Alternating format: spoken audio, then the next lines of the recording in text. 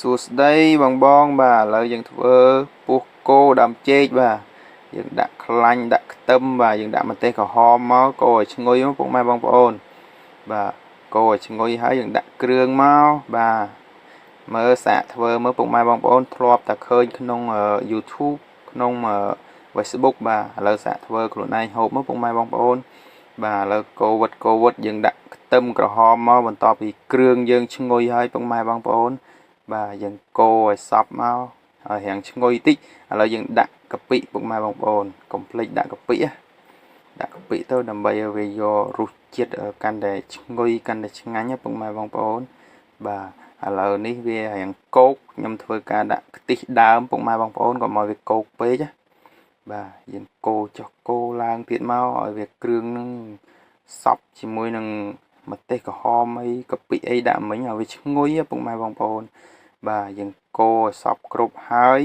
បាទយើងធ្វើការដាក់សាច់ទាំងអស់គ្នាពុកម៉ែបងប្អូនបាទគឺមានអណ្ដាតជ្រូកមានពុះគោមានជើងមាន់តាមចំណង់ចំណូលចិត្តរបស់យើងពុកម៉ែបងប្អូនបាទយើងធ្វើការដាក់ចូលហើយបាទយើងកូរឲ្យសព្វហើយបាទឥឡូវវារាងគោកបាទខ្ញុំថែមខ្ទិះចុងបន្តិចទៀតបាទតមកវារាងពុះហើយឥឡូវខ្ញុំដាក់ខ្ទិះចុងដាក់អស់លីងបាទឥឡូវយើងថែមគ្រឿងមកពុកម៉ែបងប្អូនមានស្ករអំបិលប៊ីចេងបាទយើងតាមចំណង់ចំណូលចិត្តរបស់យើងសាប្រៃពុកម៉ែបងប្អូនដាក់តាមហ្នឹងមកហើយកុំភ្លេចស្ករត្នោតពុកម៉ែបងប្អូនបាទបន្ទាប់ពីយើងលាយគ្រឿងហើយឥឡូវយើងមកធ្វើទឹកត្រីគួយពុកម៉ែបងប្អូនបាទអាគ្រឿងដែលយើងបុកយកទៅឆាមិញហ្នឹងយើងដួសពាក់ក្រាលទុកពុកម៉ែបងប្អូនដើម្បីធ្វើទឹកត្រីគួយបាទហើយយើងយកទឹកអាស្លដែលយើងធ្វើនឹងមកយក2វាចមកពុកម៉ែបងប្អូនបាទហើយយើងលេខគ្រឿងតាមចំណង់ចំណូលចិត្តរបស់យើងណាយើងចង់ជូរចង់ប្រៃចង់ហឹរបាទហើយមានសណ្តែកដីដាក់តិចទៀតមកពុកម៉ែបងប្អូននេះខ្ញុំបានដាក់សណ្តែកដីណាបាទឥឡូវមើលថាកូរហើយតំណងដល់ហើយឥឡូវយើងថែមខ្ទិះដើមរបស់យើងទឹកចុងក្រោយបាទថែមខ្ទិះដើមរបស់យើងចូលហើយទុកឲ្យវាពុះម្សៅទៀតយើងដាក់ស្ដែកដីចូលហ្មងបាទ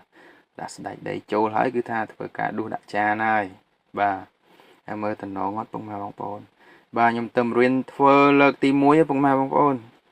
ឆ្ងាញ់មិនឆ្ងាញ់មិនតាន់ដឹងទេមើលឲ្យកូនប៉ៅខ្ញុំភ្លក់មើលបាទ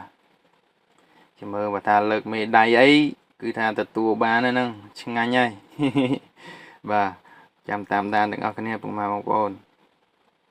ធ្វើការដួសដាក់ចានហើយបាទឥឡូវនេះគឺថាបន្លែយើងចិត្តហើយអស់ហើយមានដើមចេកបាទ